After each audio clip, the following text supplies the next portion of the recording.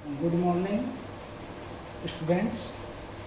हम आज जो टॉपिक है उस पर डिस्कस करेंगे वो है कॉम्प्लेक्स फॉर्मेशन, संकुलों का बनना। हम जानते हैं कि संक्रमण धातु आयन बहुत से संकुल बनाते हैं और ये जो संकुल बनाते हैं उसका मुख्य निम्न कारण है। पहला तो है कि संक्रमण धातु आयनों का छोटा आकार,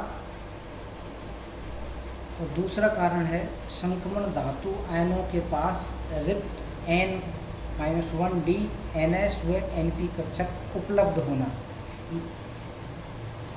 संक्रमण धातु आयन अपेक्षित छोटे आकार होने के कारण उन पर धनायन आवेश घनत्व काफ़ी अधिक होता है। इसलिए संक्रमण धातु आयन लिगेंड से एकाकी इलेक्ट्रॉन युग्म आसानी से ग्रहण कर संकुल बना लेते हैं। एग्जाम्पल M प्लस के NL MLN कॉम्प्लेक्स कंपाउंड। यहाँ M मेटल है जबकि L लिगेंड है जो कि एक एकाकी इलेक्ट्रॉन ग्रहण करके संकुल आयन बनाता है। इनके एग्जाम्पल खूब सारे हैं, आप देखते हैं K4 FeCN का होल 6, NiCl4 2- आयन, सिल्वर के AgNH3 का होल 2 Cl2। ये खूब सारे जो संक्रमण तत्व हैं ये कॉम्प्लेक्स कंपाउंड बनाते हैं। संक्रमण एक और भी कारण है जो संक्रमण धातु कॉम्प्लेक्स बनाने की ज़्यादा कैपेबिलिटी रखते हैं। संक्रमण धातु में परिवर्तनीय ऑक्सीकरण अवस्था दर्शाते हैं। एक ही संक्रमण धातु विभिन्न स्थायी ऑक्सीकरण अवस्थाएं दर्शाने की क्षमता रखता है। अतः एक धातु कई प्रकार के संकुल बनाता है। जैसे पोटेशियम के साथ फेरी और फेरो दो तरह के कॉम्प्लेक्स कंपाउंड बनाता है। तो इस आधार पर हम ये कह सकते हैं कि ट्रांजिशन एलिमेंट कॉम्प्लेक्स फॉर्मेशन की क्षमता रखते हैं और इनके खूब सारे कंपाउंड आपको ज्ञात हैं जो कि संकुल आयन या संकुल यौगिक बनाते हैं। दूसरा जो टॉपिक है वो मुख्य रूप से काफ़ी इम्पोर्टेंट है और colour and spectral behaviour of transition element cations. संक्रमण धातु आयनों का रंग एवं स्पेक्ट्रम की व्यवहार। कोई पदार्थ रंगीन दिखता है अथवा रंगीन अर्थात कलरलेस या कलरफुल, ये इस बात पर निर्भर करता है कि उस पदार्थ के अणु, परमाणु अथवा आयन प्रकाश के विजिबल रीजन से ऊर्जा अवशोषित करते हैं अथवा इंफ्रारेड क्षेत्र से। प्रकाश का जो विजिबल रीजन है वो 4000 से 7000 एंगस्ट्रॉम होता है। ये दृश्य भाग होता है। यदि कोई पदार्थ प्रकाश के 10 क्षेत्र से ऊर्जा का अवशोषण करे तो उस पदार्थ से लौटा हुआ प्रकाश जो हमारी आंखों तक पहुंचेगा उससे हमें वह पदार्थ रंगीन नज़र आएगा। हम जानते हैं कि श्वेत प्रकाश 7 रंगों का मिश्रण होता है और प्रत्येक रंग की अलग अलग वेवलेंथ होती है। प्रकाश जब किसी पदार्थ से टकराता है और उनमें से किसी एक रंग की तरंगों का अवशोषित करता है तो उससे निकले हुए प्रकाश का जो रंग होता है उसे पूरक रंग या कम्प्लीमेंट्री कलर कहते हैं और ये पदार्थ उस रंग का नज़र आता है। प्रकाश के रंग की तरंगदैर्घ्य के आधार पर जो संक्रमण तत्व हैं ये भिन्न भिन्न प्रकार के कलरफुल यौगिक दिखाते हैं। संक्रमण धातुओं के यौगिकों में रंग प्रमुख रूप से 2 कारणों से होता है। पहला कारण है डी ट्रांजिशन, डी संक्रमण, जबकि दूसरा कारण है चार्ज ट्रांसफर स्पेक्ट्रा। ये 2 कारण की वजह से मुख्य रूप से ट्रांजिशन कंपाउंड रंगीन दिखाई देते हैं।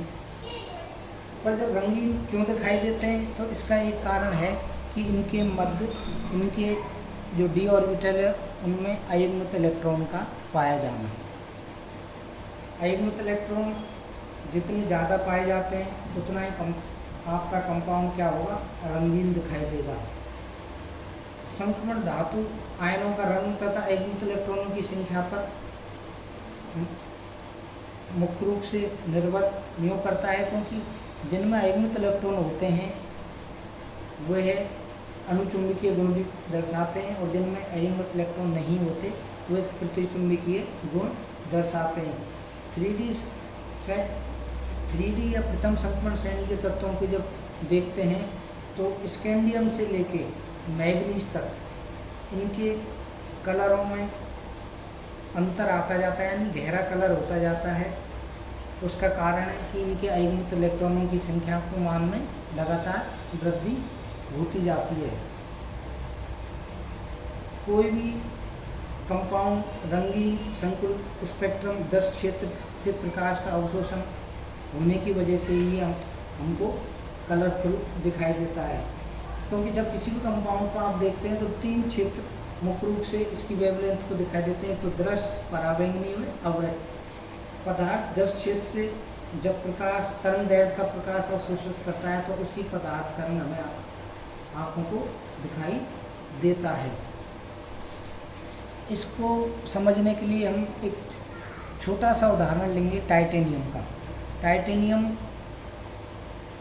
TiS2 का होल 6 आयन में जब हम देखते हैं तो इनके डी ऑर्बिटल में x, y, y, x, z, zx, z2, x2, y ये जो 5 डीजेनरेट डी ऑर्बिटल इलेक्ट्रॉन इसमें उपस्थित होते हैं, तो इसमें टाइटेनियम +3 में एक अयुग्मित इलेक्ट्रॉन उपस्थित है।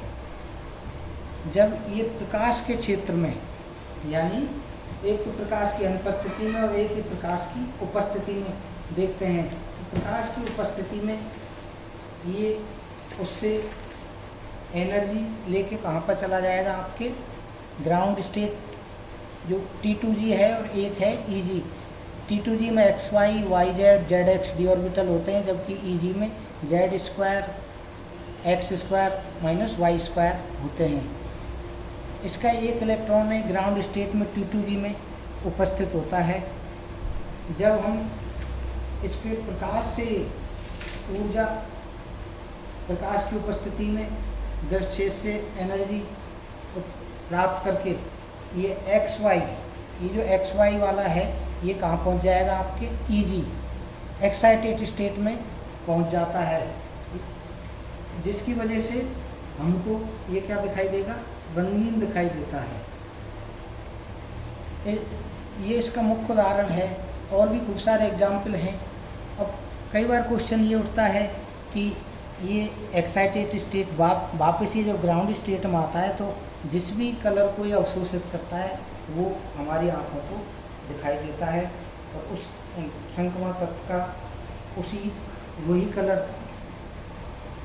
अवशोषित होगा जो हमारी आँखों को दिखाई दे रहा है। रंग प्रमुख रूप से 2 कारणों से होते हैं, एक तो DD ट्रांजिशन और एक है charge transfer spectra. DD transition का उदाहरण हमने ये देखा ही है टाइटेनियम का TiS2 का होल 6, इस उदाहरण के द्वारा समझ सकते हैं। जबकि दूसरा है charge transfer spectra. Charge transfer spectra संक्रमण धातुओं के यौगों में रंग होने का दूसरा महत्वपूर्ण कारण है। इलेक्ट्रॉनों का एक आणविक कक्षक से दूसरे आणविक कक्षक में स्थानांतरण होता है। धातु आयन तथा लिगैंड अणुओं या आयनों के आणविक कक्षकों के मध्य में इलेक्ट्रॉनों का संक्रमण हो सकता है। इस संक्रमण में भी इलेक्ट्रॉन प्रकाश के 10 क्षेत्र से ऊर्जा का अवशोषण करते हैं, अतः यौगिक रंगीन दिखते हैं। DD संक्रमण की तुलना में आवेश स्थानांतरण से उत्पन्न रंग अधिक गहरे होते हैं। इसका कारण है कि संक्रमण धातु आयनों पर धनावेश की जितनी अधिक मात्रा होगी उसका रंग उतना ही गहरा होगा, क्योंकि लिगैंड के धातु आयनों पर आवेश स्थानांतरण की संभावना भी अधिक होगी। आयन पर आवेश और रंग जब टाइटेनियम से मैग्नीज की तरफ देखते हैं तो टाइटेनियम +4d0 इलेक्ट्रॉन है इसमें, वेनेडियम +5 इसमें भी डी में 0, और क्रोमियम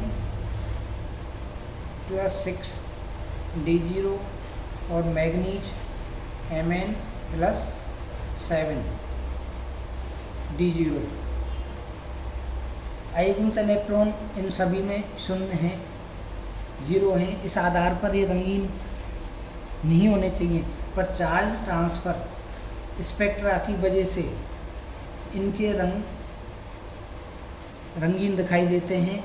और जैसे जैसे चार्ज ट्रांसफ़र स्पेक्ट्रा यानी चार्ज का मान बढ़ता जाता है, ये ज़्यादा रंगीन दिखाई देते हैं। जैसे पहला एग्जाम्पल टाइटेनियम है, ये कलरलेस है ये, जबकि आप वेनेडियम +5 की बात करते हैं तो ये नारंगी पीले रंग का होता है, जबकि क्रोमियम +6 नारंगी कलर का होता है, और Mn+7 गहरा बैंगनी।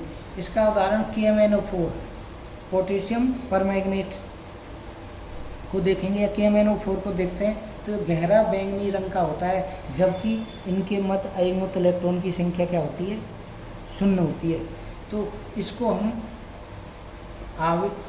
स्थानांतरण स्पेक्ट्रा के आधार पर समझा सकते हैं, क्योंकि इस प्रकार CC संक्रमण धातु के संकुल में उपयुक्त दोनों कारण DD संक्रमण तथा आवेश स्थानांतरण से यौगिक में रंग होता है और रंगीन प्रतीत होते हैं, इसके आधार पर हम समझा सकते हैं।